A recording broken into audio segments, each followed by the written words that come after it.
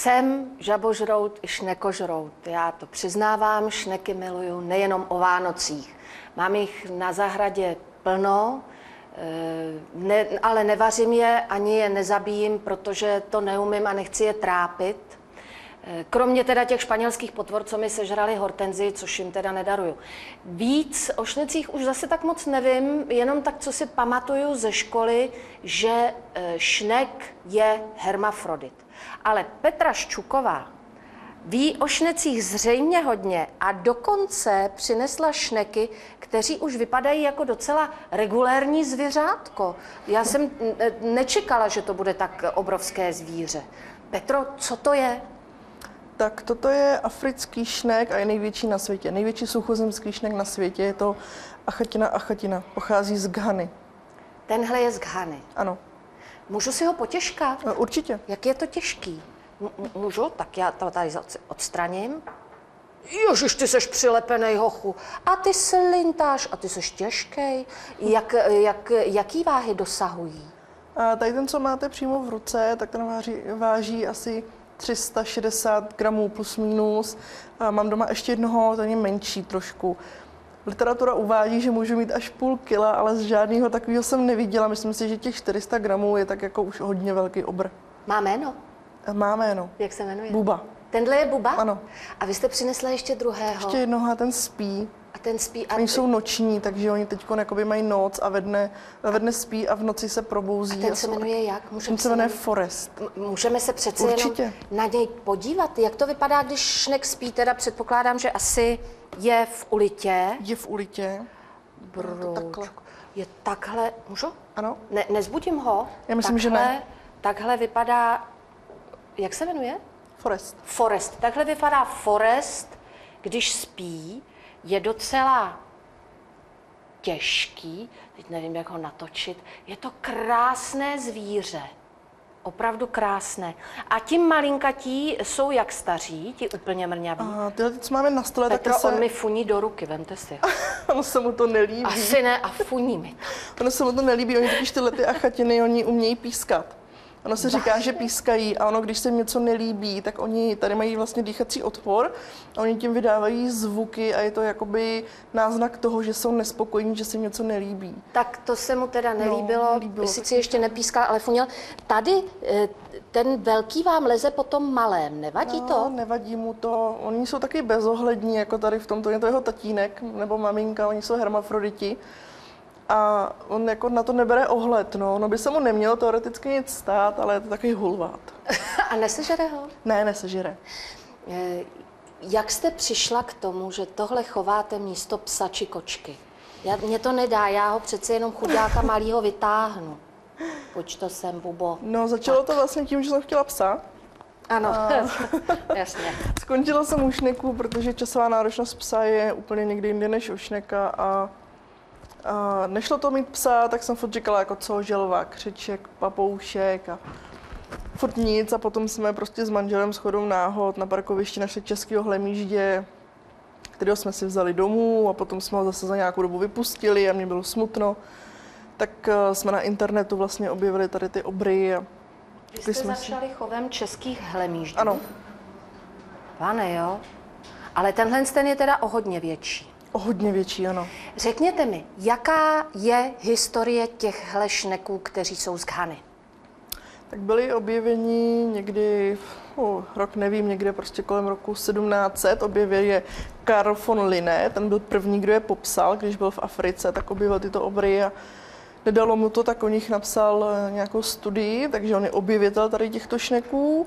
V dnešní době jsou v Africe takřka před vyhynutím, v Ghaně jsou takřka před vyhynutím, protože místní obyvatelé je považují za obrovskou lahůdku, takže vždycky si jedou prostě do té džungle nazbírat a už mají na kahánku, už jsou jako opravdu hodně ohrožení, takže vláda teď vlastně začala zakládat farmy, kde je pěstují pro záchranu. Takže je tam teď několik farem, kde jsou prostě v zajetí a tam je odchovávají. No a občas se někdo dostane tady z těch šneků do zajetí do České republiky. Nebudete se na mě zlobit, když se vás zeptám, Jak je tam připravují? Já nevím a nechci to ani vědět. Nechcete to vědět ani. A jak se dostali k nám? Je to nějaký tradiční chov? Já se přiznám, že já jsem včera vstoupila na webové stránky Achatina web a je tam spousta nadšených článků a spousta nadšených chovatelů, kteří o těchto z těch zvířatech slintajících, evidentně neslyšících na vlastní jméno, tak mluví opravdu jako o kočičkách, o pejscích. Jsou to velcí miláčci a všichni nadšeně hovoří o tom, že se jim narodili malí hlemejšťci a kolik jich je a já nevím, co všecko. Jaká je historie toho chovu u nás? Je to v plenkách. Vlastně já jsem tadyhle u nás v republice první, kdo založil československý komunitní portál, ten, jak jste zmiňovala. Takže je to úplně v plenkách a je nás tady, teď už bych řekla něco přes 2000 chovatelů nadšenců. A začalo to vlastně úplně, někdo sem dotáhl prostě nějakého šneka, tak se to jako rozšířilo. Ale tadyhle ten zrovna, co je tady, tak ten je nejnáročnější na chov a není tak obvyklý tady u nás. Hodně lidí ho chová v Anglii, někdo v Německu, ale jako tadyhle ten, on se za prvý nedá sehnat tím, že je ohrožen, tak málo jakoby se objevuje v těch chovech a když už v tom chovu je, tak je to taková strašná vzácnost, že když se narodí mláďata, tak jak se narodili nám, tak je to prostě opravdu sláva, tak jak kdyby se narodilo asi tak jako 20 štěňat psovi, což je nereálný. Takže od těchto z těch malých drobných šnečků se vlastně očekávají obrovské věci. Leží na nich odpovědnost za tuhle velkou hlemýžďovitou potvoru. Jak se to chová? Když já bych si chtěla teda, to přiznám se, nehrozí asi, ale dobře, kdybych chtěla chovat šneka, jak mám začít? A co všechno k tomu musím mít? Začátečníkovi bych nedoporučovala určitě tady toho černého. Proč Ten je ne? nejnáročnější z celého rodu. Čím je ta náročnost? Když to tak jako pomalu leze. On je pomalý, ale je náročný na chovné podmínky. Aha. Potřebuje 30 stupňů tepla stabilně, potřebuje vysokou vlhkost vzdušnou a musí se jakoby dávat pozor na to, aby ta teplota byla v pořádku, jinak když mu to nevyhovuje, tak on zaleze do ulity a spí v kuse, dokud se teplota nezmění, dokud se mu ty podmínky nezlepší. Takže udržet ho jakoby v chodu toho šneka je fakt náročný. A jak mu ty podmínky zajistíte? To musí mít nějaké dost složité terárium, asi složitější, než jsou rybičky. 100%. Máme velké terárium, kde je máme... Hele, promiňte, on ho zaleh toho On ho malýho. zaleh, no. Se prostě rozhodl, že mu vadí v cestě a tak jako prostě...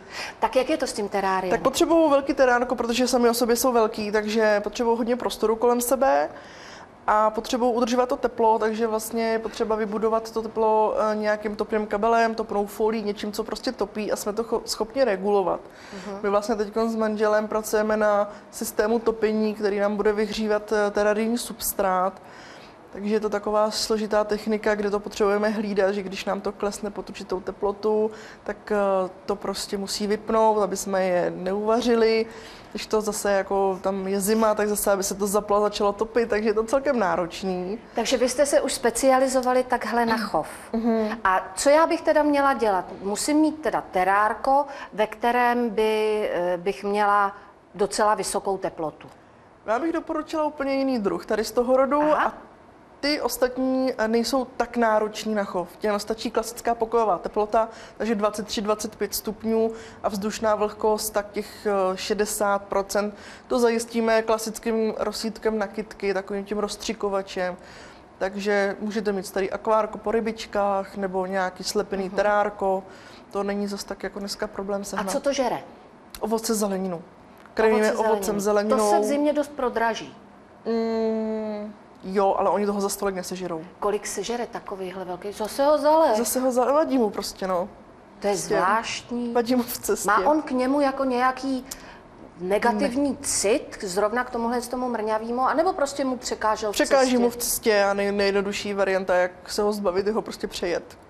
A neudusí se to mrně? Neudusí. To je úžasný. No dobře, co všechno tohle velké zvíře sežere za den třeba? 1 list salátu.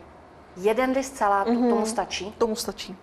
A produkuje poměrně hodně slizu, předpokládám, že asi bude hodně pít. Oni nepijou, jako klasicky nepijou, oni přijímají vodu z potravy. Takže, anebo taky tím, že rosíme, tak jako když jsou třeba na těch stěnách toho terária, tak jako možná si něco jako sem tam dají, ale jako klasicky nepijou, nepotřebují nádobu s vodou. Já už jsem zmiňovala, že si pamatuju z Gimplu, že šneci jsou hermafroditi. Když si šneka pořídím a budu chtít mít chov, tak musím mít, prosím vás, nezlobte se, vyndejte toho třetího, mě to opravdu týrá, že ho tady nevidím. Tak. A že se tady někde nám udusí host, byť malý host, takže se nám tady dusí. Když chci mít chov, tak budu potřebovat 2 tyhle velký. Určitě, oni jsou sice hermafroditi, ale pro rozmnožování vždycky potřebují partnera, takže je dobrý mít jakoby 2 jedince a vždycky je dobrý mít stejný druh, jakoby stejný ten. To jistě. Oni se mezi sebou kříží, takže potom vlastně, když bychom měli, dejme tomu, achatinu reticulátu, která je přibližně ve stejných rozměrech, a achatinu fuliku, která je trošku menší, jinak zbarvená a pochází jakoby z trošku jiné části Afriky, tak oni se potom skříží a máte něco, co je prostě napůl to a napůl ono. Takže doporučuji chovat stejný druh, ale zase, když bychom si pořídili tady tohoto šneka, tak ten se nekříží s ostatními. Ten je prostě takový jako samostatný, úplně jako je odlišný. A když byste mu dali nějakou hezkou ulitku jiného druhu? Nepřesvědčíme ho. Nedá se zlákat? Nedá. Když už teda tak jako dají teda dohromady, já si pamatuju, je to tak nějak z boku, je to se tady. vystrčí Tady, takový. tadyhle za tím pravým Za krkem. okem mají takovou světlou tečku. Ano, mají. A to je... Myslíte, že to uvidíme? Pojď sem, otoč se tady na pana kameramana. Tak je to někde asi tady. Tohle, tak tohle je ta malá světlá ťupka, tak z toho se potom udělá tykadýlko, nebo? Ono se tomu říká šíplásky, je to prostě taková trubička, kterou oni prostě vysunou, spojí se s tím druhým šnekem, vymění si mezi sebou spermie a tím samým otvorem se potom kladou vajíčka. Tím samým otvorem za krkem se kladou vajíčka. A jsou to taková ta